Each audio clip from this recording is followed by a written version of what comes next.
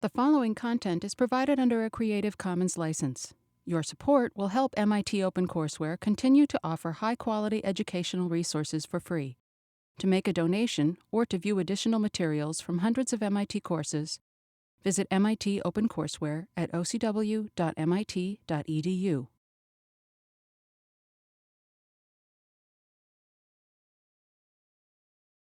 So we are among friends. Please call me Natalie. Please interrupt me as I go.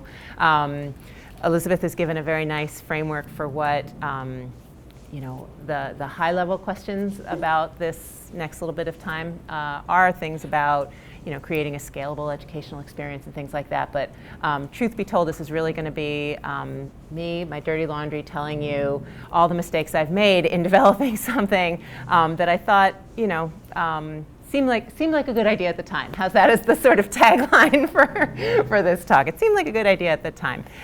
But maybe just so that you don't go running from the room and think this is going to be all disaster, I will start by showing you where this has ended up, because where all this meandering and mistake making has brought me is to something that I'm actually pretty proud of and that seems to be reasonably useful. I don't think this is the final form of what this will take, but let's start with where it ends up, and then we'll rewind the tape and go from the beginning to get it back to here. Okay, so BioBuilder is now a nonprofit organization that I am founder of. I have a wonderful board of directors that help protect me and my time and help me make good decisions about protecting,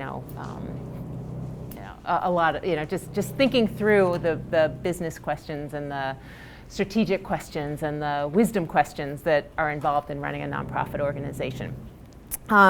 It came about because I thought that the teaching I was doing here at MIT in the Department of Biological Engineering was such a great way to teach and to learn. I was having so much fun drawing on current research questions from the department and using the questions that existed to teach the engineering and using the engineering to teach the scientists behind it. So I'm a scientist by training, not an engineer.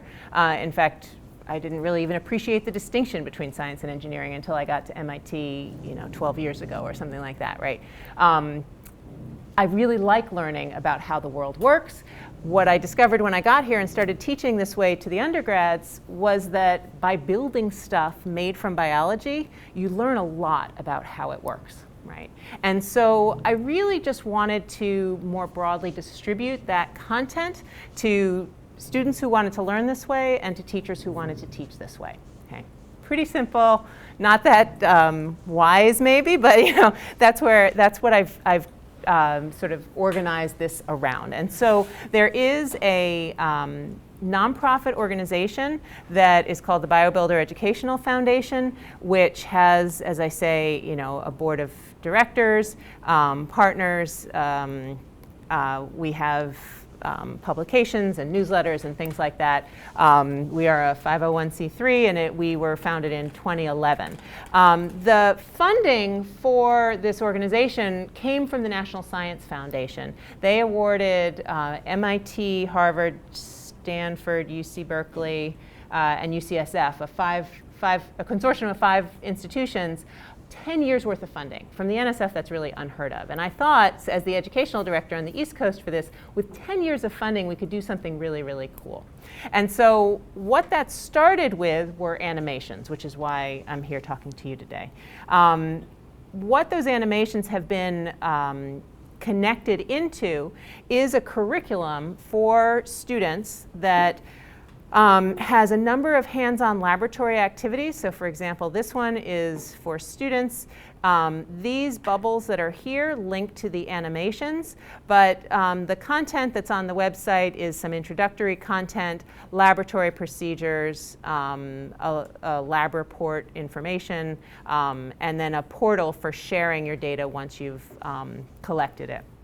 There's also a teacher's component to this website, so that teachers, if they wanted to start teaching this content, would have classroom materials like PowerPoints to introduce the content, videos about introducing synthetic biology, which is what the focus of these labs are, and then components for the lab, introductory PowerPoints and things like that. So this is a website that has information about the nonprofit organization. It has curricular content for the students, which are mostly high school students and some college students. And then it also has a portal for teachers. We run teacher workshops in the summers to train teachers how to teach this in their classroom and how to teach other teachers. Yes? So one of the things that we talked about yesterday was this notion of a video being something more than the experience of just pressing play and finishing it to the end. That a video is meant to spark an ending that is the conversation that happens on the comments on YouTube. And we focus a lot on YouTube and social media based video. What is the ending or the goal or what's your vision for what an ending looks like for things like BioBuilder? And then what's your user pipeline? Because for us, we're talking a lot about people who are just sort of exploring the internet and finding things that spark their curiosity or learning. I would imagine that something with BioBuilder, you have a very focused pipeline that's maybe more looking at classrooms. So the distinction you just made between the focused sort of pipeline and the user exploring through the internet is a distinction that I did not know when I started this project, but that has become really clear. So the pipeline for this is really intended to be formal education settings. So I don't know if when you took high school biology, you took advanced placement biology or something like that. There are a series of lessons and labs, and these are intended to fit squarely into formal education settings where teachers have content that they need to cover, hands-on labs that teach techniques as well as investigative questions, and then writing endpoints to communicate their work. Originally, and maybe this is a good segue into how this really started, this was my notion. I don't know if you've ever seen this website. I'm sure many of you have, Brain Pop. This was what I thought the animations were going to fit into. This is kind of the explore the internet depending on what you're curious about kind of sense of the animations that are in BioBuilder. So, cellular life and genetics, and maybe in watching cellular life and genetics, a person would get interested in something in particular, cloning or whatever. And so this is a very rich library of animations that a person can sort of self-navigate through and learn content, that they're particularly interested in. And I imagined when I started this project that I would build a library of videos that looked like this. That is not where I have ended up. That was, in fact, really misguided. My question is, when you have, you're in the kind of structure of giving this to students and teachers, how do you choose what to pick as a topic? Yeah. Right. So I work with high school teachers every summer to decide on the topics. The very first thing that the high school teachers I've worked with told me was that they did not have more time in their day to teach other stuff, but that they did feel that they could teach what they were teaching in a better way, in a more effective way. And they thought engineering was a great lens to teach biology in particular, right? And these current research questions. And they're just kind of giving you the concept that has to be covered, and you're coming up with the example that, or are they saying, it'd be nice if we could use this example for... So it's more of a partnership than that, because what I'll do is I'll say, here's a really interesting system that has an ongoing question associated with it. How do you reliably engineer a cell? How do you improve, gain in a system, something like that. And they'll say, oh, well, I don't really know much about that topic, but I've always had trouble teaching photosynthesis. So, is there a way that we could teach that question and cover photosynthesis? So I'll say, well, in a plant cell, we could do it this way. So it's more of a give and take, what they have challenges teaching and what are the ongoing research questions in this field. Yeah. So this kind of brain pop, kind of meandering through a library of videos is what I imagined I would be creating at the beginning of this 10-year NSF funding. What I had not appreciated was how long it takes to make each video, how hard it is to make each video, and how bad I am at making each video, right? So So let me just walk you through the very first video that I made. So in preparation for this conversation, I went back to some of the earlier stuff that I had done. And I'll tell you that the characters that are in these videos started with the characters that were, these are all animated videos. They're all animations. The characters who are in them started with this comic strip, which appeared in the journal Nature in 2005. So this was sort of the launch of some of the interest around the field of synthetic biology. There were some splashy papers in Nature as well as this comic strip, and it shows the adventures of a woman in the lab named System Sally and a boy who's just super curious named Device Dude, and Buddy, who's this little green blob in the middle there, right? And it's a really fun comic. I like comics a lot. Like, I grew up with Spider-Man. I love comic books. And I like this one until it gets to the really hard content. So right at the fold here, right at the midpoint, it starts to talk about engineered genetic devices, right? And I'll pass this around. There's a lot of content here, Boolean logic gates, ribosome binding sites. You kind of have to be an expert to understand what was going on in that comic, right? So my naive thought was I would take these characters, because they were very popular, people really kind of liked them, and I would have dialogue between them to explain these ideas rather than have them on the page with just bubbles and question marks and things like that, okay? So in a very lucky way, it turns out that my college roommate's husband runs an animation company. So that's how I got connected with Animated Storyboards. They gave me a very nice discount on what they would do in terms of these animations. It was still expensive, but this was the transition that was made, right? So the comic book turned into this website, which was BioBuilder. This was the very first iteration of the website, and it had on the left-hand panel science. The idea was there would be science animations, engineering animations, technology animations, things like that, right? And like the Brain Pop site, you would enter that, and there would be a whole library of animations that you could explore, right? In the end, I don't have enough years to live to populate this site, right? It takes so long to make each of these animations. It would take me forever to really populate the site for visitors to sort of self-navigate through the topic areas. So this was the original idea.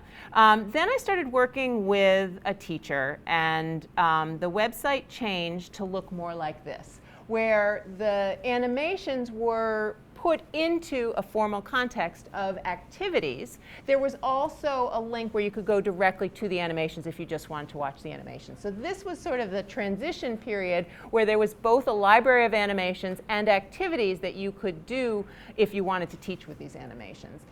There were also single-page comic strips, so returning to what was originally the unsuccessful version, single-page comic strips that set up each of the laboratory activities. And this was the transition to then the third version of the website, which I showed you at the beginning. So let me show you, since you're working on animations of your own, let me show you some of the details, some of the things that went into building that very first animation. Well, let me show you the first animation I did. How about that? I'll show you what these animations look like, and then I'll show you some of the fun and the choices that went into making this animation in particular. Does that sound like a reasonable plan? Yeah. And this will be a great preview because on Thursday, Josh from Bennett Mitchell is going to come into the workshop on storyboarding. Great, great.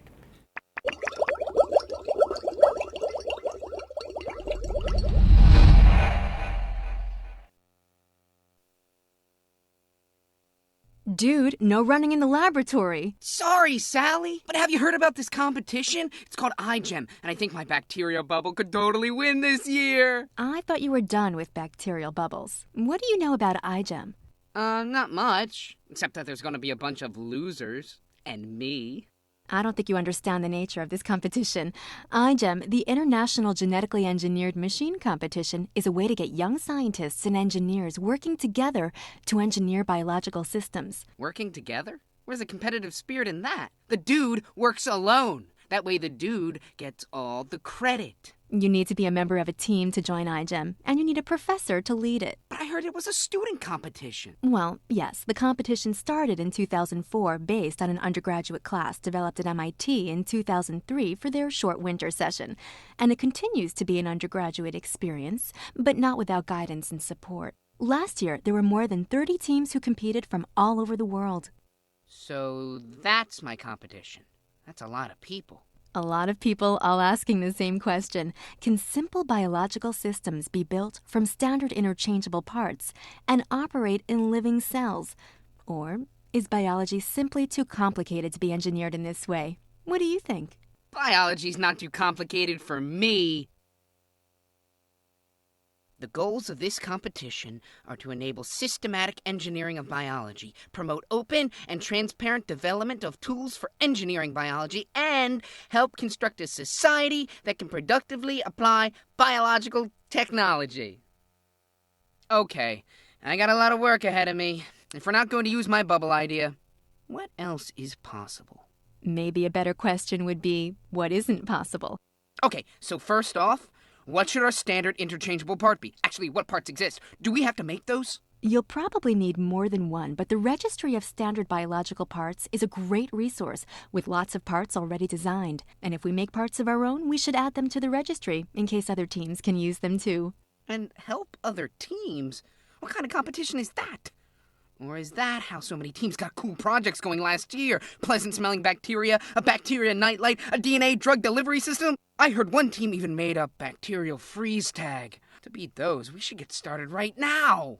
All right, well, let's brainstorm for a little while before I have to get back to work. How does that sound? Great! Can you show me this registry? Maybe we can find some good parts to use. Good idea, dude. Let's start there. This is where you'll be able to search. Oh, wow. All right, so that, for better or worse, is probably the best video that's on my website.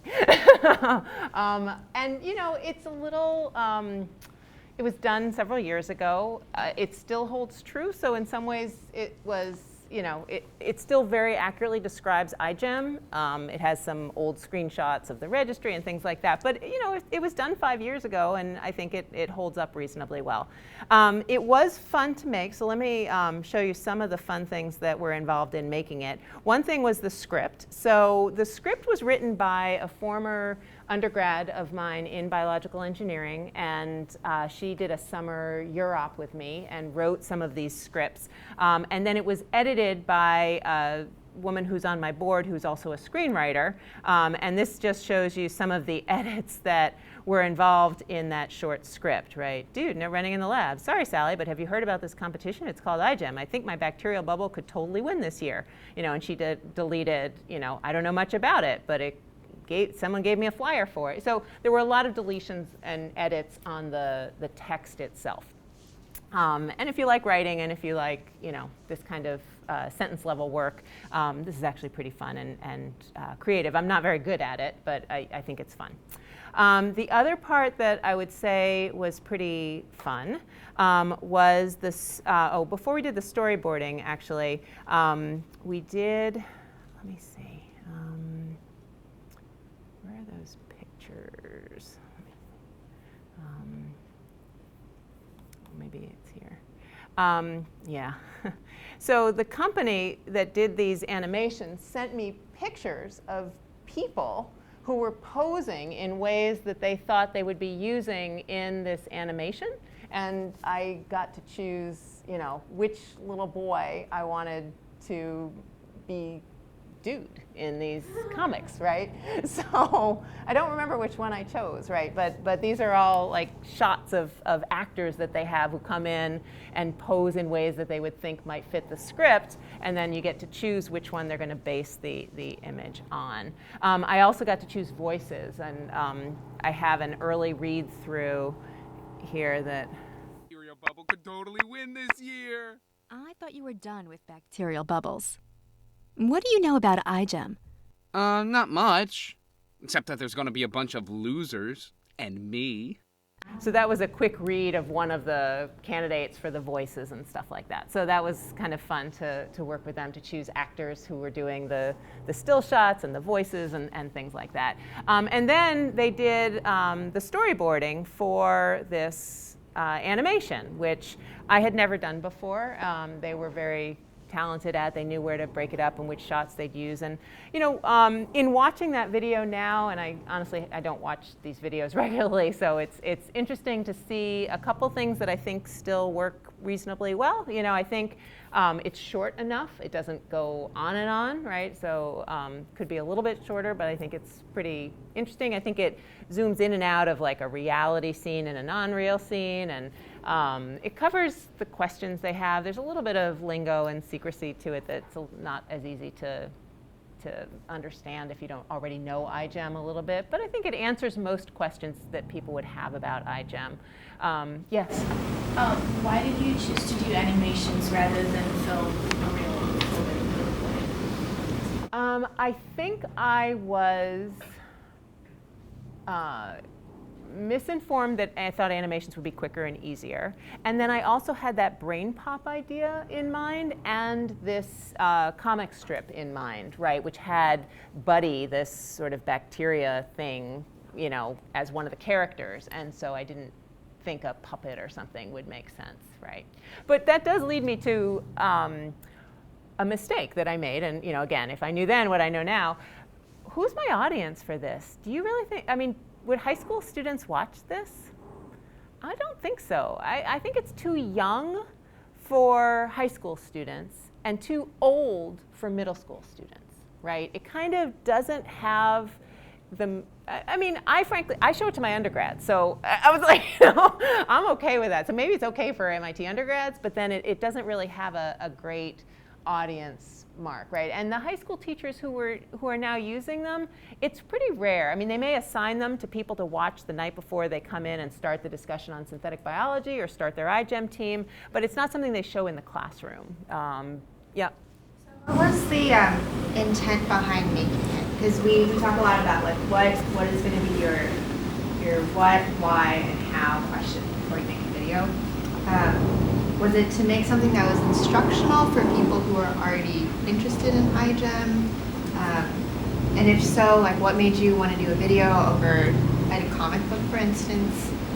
Or what was that sort of initial planning vision? I mean, I thought, why are there all the words listed in the dictionary, right? My goal was to actually make like a Wikipedia of synthetic biology covering the relevant topics through animation. So I wasn't being selective. I had to choose something to start with. iGEM was my first because it seemed to really capture some of the unique features of synthetic biology and was explainable in a way. It's a discrete entity, not too technical or anything like that I could, you know, cover. But it was really intended to be encyclopedic, not targeted to an area that I wanted to cover, except, you know, synthetic biology. When I started this project, people were coming to me for learning materials about synthetic biology, and some of those people were people in government and policy. Some of them were biologists wanting to learn engineering, and some of them were engineers wanting to learn biology, right? And I was not going to make a comment book or a different way for each of those populations to learn. I guess my thinking was that through self-navigation through animations, people could learn what they wanted to learn, right? But what it requires is a really rich library of animations to look through. And this took me a full summer to do, right? And, you know, I just don't have that much time. I mean, I would need hundreds of animations, and I just didn't have time, right? Then, to top it off, you know, when the teacher finally came to me and said, I can't teach this way. There's no narrative to using these. I need a hook. I need a something that I can use this, that I can introduce to my students. It has to fit into a framework. That's when starting with the research questions in the field and using these animations to support the background that you learn to do the investigation just seemed to make a lot more sense. Yeah. So if we look back to to the website, right, and we go to the student side, we can look at this one. What a colorful world, right? So now the bacterial growth curves animation is here. I did, I will say, introduce another character, Izzy the eye gemmer. She's Latina. Somebody said you should have a little diversity. Anyway, so it, again, has all kinds of probably rookie mistakes that you guys will never make thanks to your course that you're taking now at IAP. But this is the idea, is that, you know, now these animations don't stand on their own the way like Brain Pop does, and you sort of meander through them. Now they're part of the background material you can look at and read and understand in order to do some biodesign, you know, or some experiments about, you know, transformation of bacteria to different colors and things like that. Okay. Were there other, tell me what would be relevant for your work here. I was thinking that since you work so well with the high school population, if you could orient these guys a little bit, since you work so well with teachers and the students, understanding that sort of age range, right before you work with them, which is our target audience, what are some science concepts that those kids, like, what do they know? Right. So that, I mean, all of you, it wasn't that long ago that you were that age, but you've done a lot since then. You probably forget, you know, meeting with the sixth graders was probably very informative to think about, oh, what do they know and what don't they know, right? But maybe it would be helpful, since you have a better understanding of sort of what's taught when, Yes. for them to have a sense of, say, sixth grade is kind of our target. What do those kids know and what don't they know about science? Yeah. I mean, this is, sorry to add one more thing. It's really important because even if, I mean, I had you guys meet with the sixth graders today, but that doesn't mean that your videos should be talking to a 10-year-old, right? Because that's really sort of the basic knowledge base of the average public viewer, right? That they're not really going to remember the science that they learned beyond middle school, high school. So don't mistake understanding an audience of sixth graders as thinking that it's an audience of 10-year-olds that you're talking to them like they're 10, right? Because the person who watches Mythbusters or the person who goes to vote on certain policies, they're going to share similar knowledge bases. So that's why it's important to orient yourselves with that audience. So in terms of what folks know and don't know, where this content currently is positioned is to fit into the formal frameworks that most high schools teach for biology, in particular the advanced placement biology classes. And the reason for that is that because they're laboratory based, you really kind of need particular equipment, you need time in your day to do this kind of stuff with them if it's a hands-on lab activity. And so the advanced placement curriculum has that built in, and you can make some presumptions about what's available and what isn't, what sorts of basic knowledge they have. At the high school level, generally speaking, there's good abstract thinking, right? You can think about things that you can't see and understand what's going on with them without actually having to either manipulate them with, you know, directly or visualize them, you know, have them right in front of you. At the middle school level, I don't know that that's true. And I will say there's a BioBuilder junior site that's quite fledgling and not as robust as this. But that there's great interest in it. I mean, you can see the kids at sixth grade, they're awesome, these middle schoolers. They're so curious and they really want to do stuff, and they're not, oh, I don't like science, and oh, I never got that, or, you know, they're not already sort of turned off in some ways. They're very open to new ideas. What's hard, I think, is the abstract thinking. So when I tell, in this lab in particular, right, that's here, which is an experiment which brings DNA into a cell and turns the cell different colors. And the scientific question here is, does it matter what cell type you're using to get different levels of color expression? So like the chassis in which you're running this genetic program, what's the impact of that, right? It's a very important question in the field of biological engineering. What cell are you going to choose to run your program in, and how do you choose it? This is a typical transformation experiment that many schools do with their students, but usually schools are doing it just as a demonstration, right? What are you going to do with a middle schooler when you know, say to them, well, when you add salt to the cell, the membrane gets porous. There are tiny holes in it, and the DNA can sneak through. But they have to kind of buy it, right? I mean, they can't, you know. So some of the middle school teachers are doing sort of acting out. They have students stand in a circle and hold hands and say, okay, now salt's added, and have some of the kids let go. And, you know, so I think working with teachers who know their audience has been, for me, critically important in making this any kind of success that it is. You know, and I continue to really value their advice. They know what works with their students and what doesn't. And, you know, these animations, some of them use them, but, you know, I think they mostly use them as homeworks, not as ways to sort of have students discover what they want to know about synthetic biology. That's going to be really important because some of you guys have authentically more concrete topics than others, because ships are something that you can see. Computer programming is not, right? So you guys, some of you who have more abstract concepts are going to have to really work hard to figure out how do you make that concrete enough so that a kid who developmentally can't grasp an abstract concept as easily as someone a bit older. How do you make that with metaphor, with acting, with all these different things? How do you use your communication tools to make something that is maybe a reach outside of their developmental conceptual ability still accessible to them? And I will say it's as a case study, it's very interesting. So when the MIT K-12 Videos program started, it was originally allowing students to create full videos on their own without production.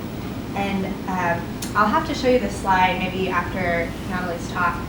But when you let MIT students decide what they want to make and just let them do a free reign, I mean, almost like 70% of the videos were physics.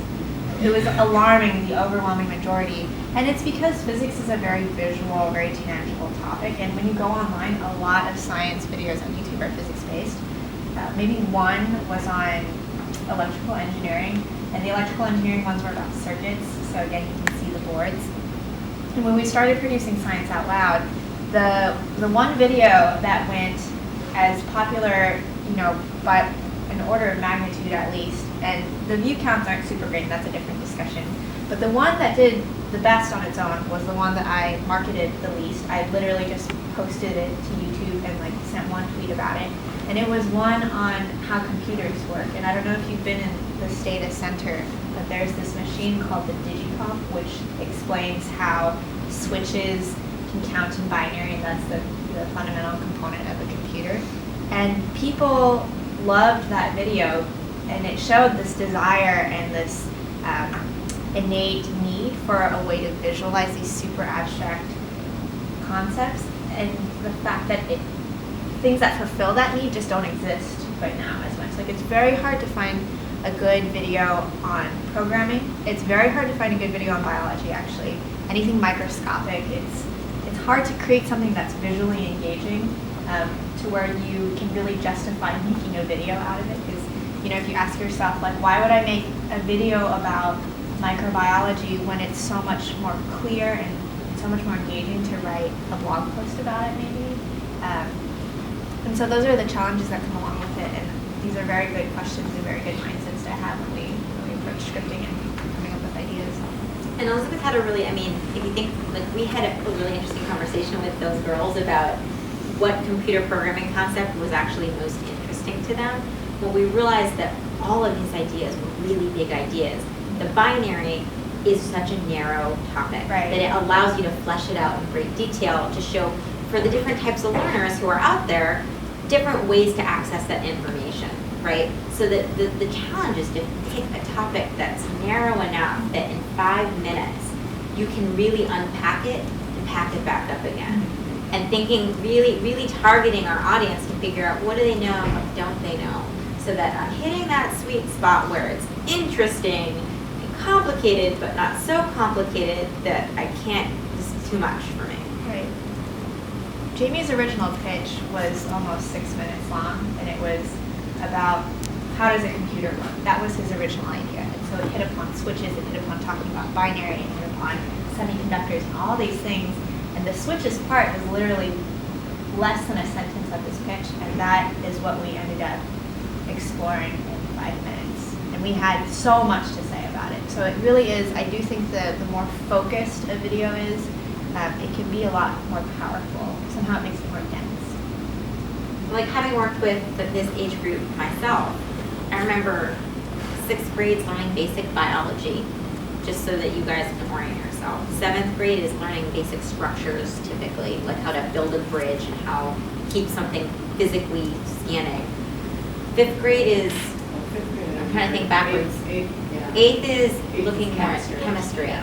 So just so that you guys have a sense of sort of where they are in their learning, you know, they're really sticking with physical things until they get a little bit bigger and can, like 8th grade conceptualizing chemistry. Like they're not even ready yet to think about that until about 8th grade is like 14, right?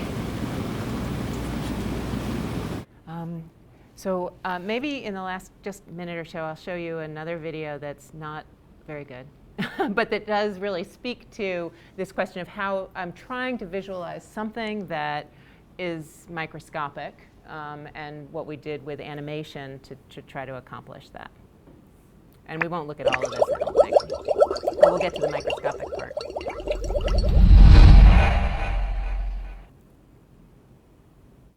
Dude, I like what you built there. What's it do? Oh, hi, Iz. This is a cool bug.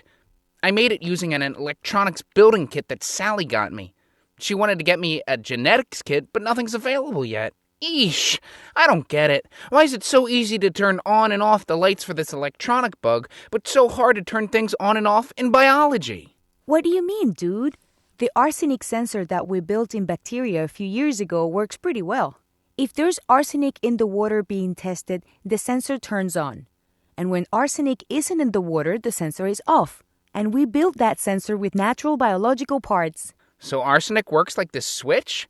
How is that possible? How does the cell know? We use parts from the RSR operon to program arsenic inducible expression. Hold up. Arsenic inducible expression? What's that mean? All I know is that arsenic is toxic. Don't the cells just die when you poison them? Cells have to come up with a bunch of clever ways to survive. In the case of arsenic, the cells make a pump to get the poison out as soon as any comes inside the cell. So acer is the pump. Dude, be careful how you say it. The protein is called RSR since it's the arsenic repressor protein. And RSR isn't the pump. It just tells the cell when to make the pump. The operon has a promoter, which is where the cell's RNA polymerase binds. And at least 3 genes, the RSR gene, which encodes the repressor protein, and the RSB gene, which encodes the pump, and the RSC gene, which encodes an enzyme that reduces arsenic in the cell so it can be pumped out. Oh. Okay, right. So you get the idea. So it just goes on from there, and it talks about how you build an inverter by moving the repressor and the promoter in different spots and manipulates the DNA. But you can see with this one, there was some physical object that we were trying to use to illustrate what a switch does, but then when you get down to that DNA level and you're talking about proteins binding to DNA and names of open reading frames and stuff, it's just deadly. I mean, it's like I can't even watch it and I know this stuff. So I guess it's a real challenge. It's a hard thing to think about making tangible, making evident things that are not, right? But I do think there's a great power through storytelling, through animation, through video that you have, and when it's done well, it's really very, very effective and very memorable, I think, is the big part of it. So, any other quick questions? When is the criteria to tell whether the idea is too big?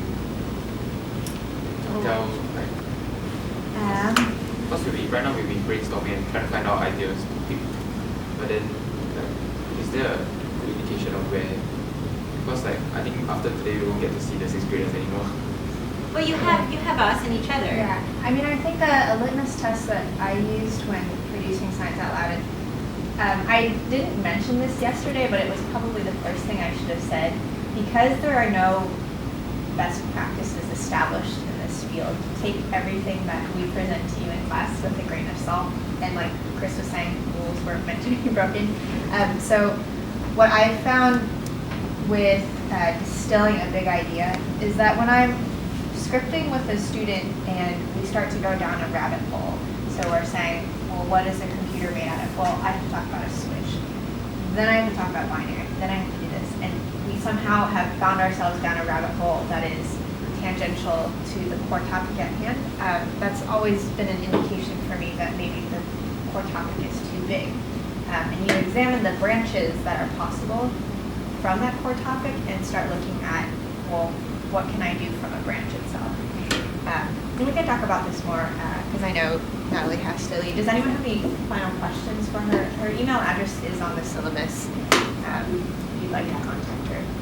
I was just curious, I guess you worked with the sixth grade and like many different teachers. Are there like conflicting advice that they've been giving you? And yes, but I think that's because teachers teach in many different settings, and so what is true in one setting is false in another. There are some schools that won't show YouTube, right, that have that site blocked. There are other teachers that teach every day with YouTube, right? So it's just every teaching setting is really, there's a wide range of. So how do you navigate that now, like make a decision to go a certain way? But standards are the same.